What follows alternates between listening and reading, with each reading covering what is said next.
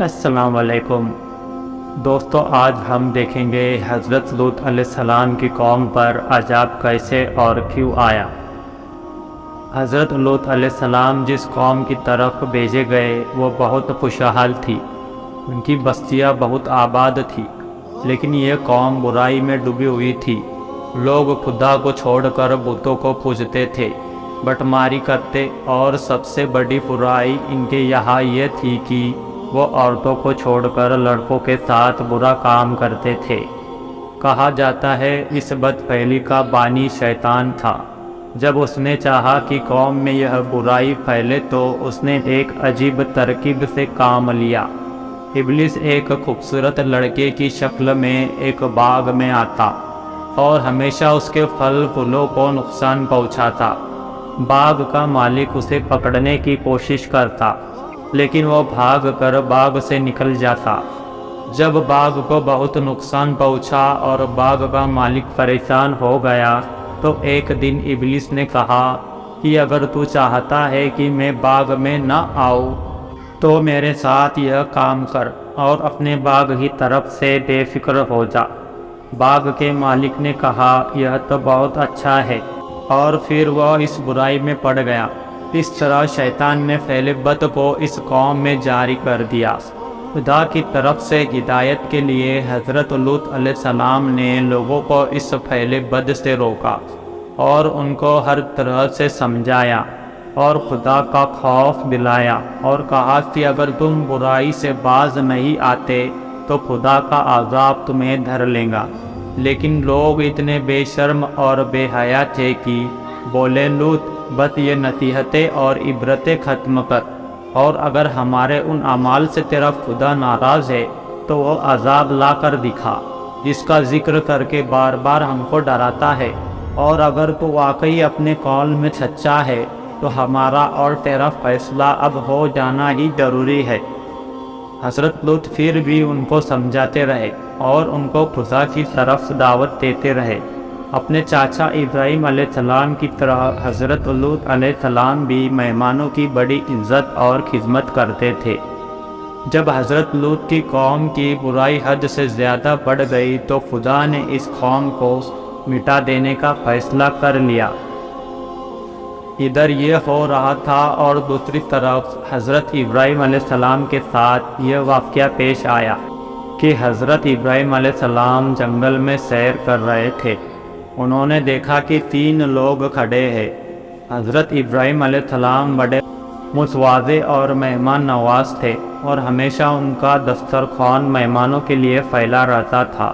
اس لیے ان تینوں کو دیکھ کر وہ بہت خوش ہوئے اور ان کو اپنے گھر لے گئے اور بچھڑا چبا کر کے ٹکے بنائے اور بھون کر مہمانوں کے سامنے پیش کیے، مگر انہوں نے کھانے سے انکار کیا۔ یہ دیکھ کر حضرت ابراہیم علیہ السلام نے سمجھا کہ یہ کوئی دشمن ہے جو دستور کے مطابق کھانے سے انکار کر رہے ہیں، اور کچھ ڈرے کہ یہ آخر کون ہے۔ مہمانوں نے جب حضرت ابراہیم علیہ السلام کی بے چینی دیکھی تو ان سے ہنس کر کہا کہ آپ گھبرائیں نہیں، ہم اللہ کے فرشتے ہیں اور قوم لوط کی تباہی کے لیے بھیجے گئے ہیں، اس لیے صدم جا رہے ہیں۔ جب حضرت ابراہیم علیہ السلام کو اطمینان ہو گیا کہ یہ دشمن نہیں ہے بلکہ اللہ کے فرشتے ہیں تو اب ان کے دل کی رقت، ہمدردی کا جذبہ اور محبت و شفقت کی فراوانی غالب آئی، اور انہوں نے لوط علیہ السلام کی اور سے جھگڑنا شروع کر دیا اور فرمانے لگے کہ تم اس قوم کو کیسے برباد کرنے جا رہے ہو جس میں لوط علیہ السلام جیسا اللہ کا برگزیدہ نبی موجود ہے، اور وہ میرا بھتیجا بھی ہے۔ فرشتوں نے کہا ہم یہ سب کچھ جانتے ہیں، مگر اللہ کا یہ فیصلہ ہے کہ قوم لوط کو اپنی سرکشی، بدعملی، بے حیائی اور فحش والوں پر اصرار کی وجہ سے ضرور ہلاک کی جائے گی، اور لوط اور اس کا خاندان اس عذاب سے محفوظ رہیں گا۔ یہ کہہ کر اللہ کے فرشتے حضرت ابراہیم علیہ السلام کے پاس سے روانہ ہو کر سدوم پہنچے، اور یہ فرشتے حسین اور خوبصورت لڑکوں کی شکل میں حضرت لوط علیہ السلام کے سامنے آئے۔ حضرت لوط علیہ السلام کو سخت پریشانی ہوئی کیونکہ وہ اپنی قوم کی عادت سے واقف تھے، اس لیے مہمانوں کے آنے سے بہت رنجیدہ ہوئے۔ مہمانوں کو اپنے گھر میں ٹھہرایا اور بیوی سے کہا کسی کو مہمانوں کا حال معلوم نہ ہونے پائے، لیکن کافر بیوی نے جا کر لوگوں کو بتا دیا کہ اس کے گھر ایسے لڑکے آئے ہیں جن کے حسن اور قد و قامت کی تعریف نہیں کی جا سکتی، یعنی وہ حسن و جمال میں بے مثال ہے۔ اس خبر کے سنتے ہی بدچلن لوگ حضرت لوط کے پاس پہنچے۔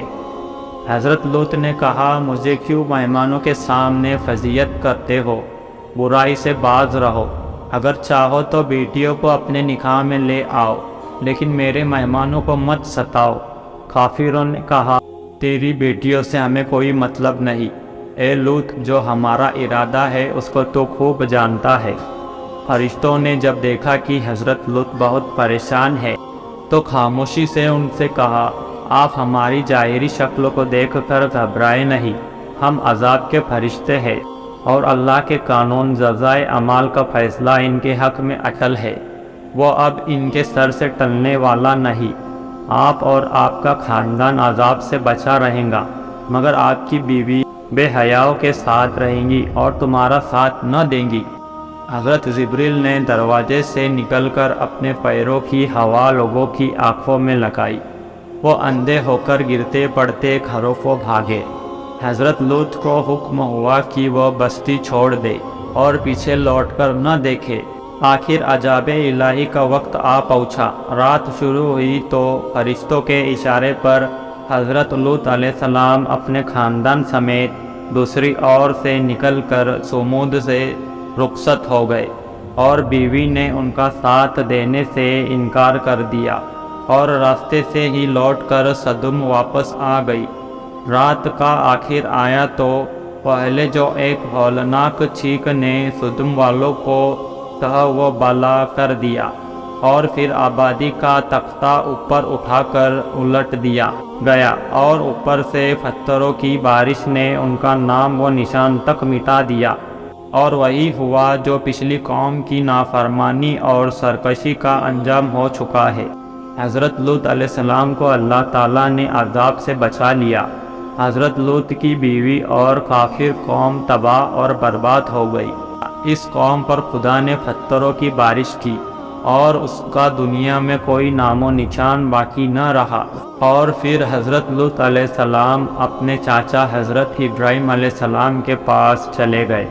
دوستو، اگر آپ کو یہ واقعہ پسند آیا ہو تو ہمارے ویڈیو کو لائک اور چینل کو سبسکرائب ضرور کر دیں، اور بیل آئیکن کو پریس کریں تاکہ ہر نئی ویڈیو آنے والی آپ تک پہنچ سکے۔